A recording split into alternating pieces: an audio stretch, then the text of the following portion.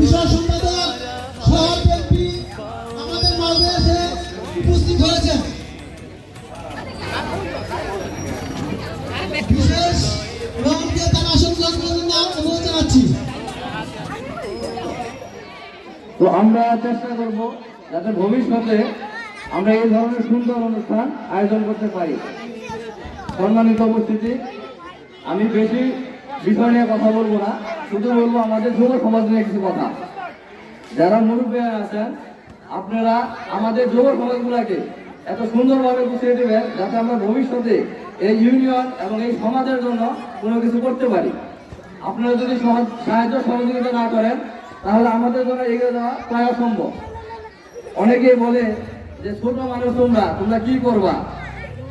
আমাদের কথা হলো আমরা ছোট মানুষ হয়ে এই যে স্বাধীন করেছি 2024 জুলাই আগস্টে যে আন্দোলন হয়েছে, মুরব্বীরা অনেক সাহায্য সহযোগিতা করেছে, কিন্তু আমরা যদি সেই আন্দোলনের মাঠে না থাকতাম মনে হয় না যে আমরা এই আন্দোলনটা সফল করতে পারতাম। যত নির্যাতন জুলুম সব আমাদের উপর দিয়ে যায়। যারা যুবক আছে, মুরব্বী যারা আছেন তারা আমাদের সব সাহায্য করেন, তারা আমাদের সাহস না দিলে আমরা মাঠে নামতে পারি না।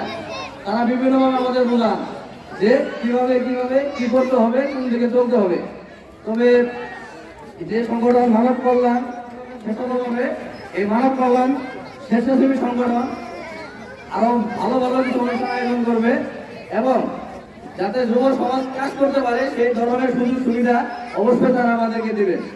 আমরা এই মানব কল্যাণ স্বেচ্ছাসেবী সংগঠনের সঙ্গে একত্রে কাজ করতে চাই।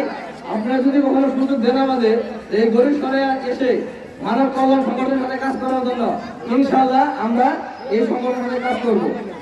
আর বেশি কিছু বলবো না, সবাই আমাদের জন্য দোয়া করবেন।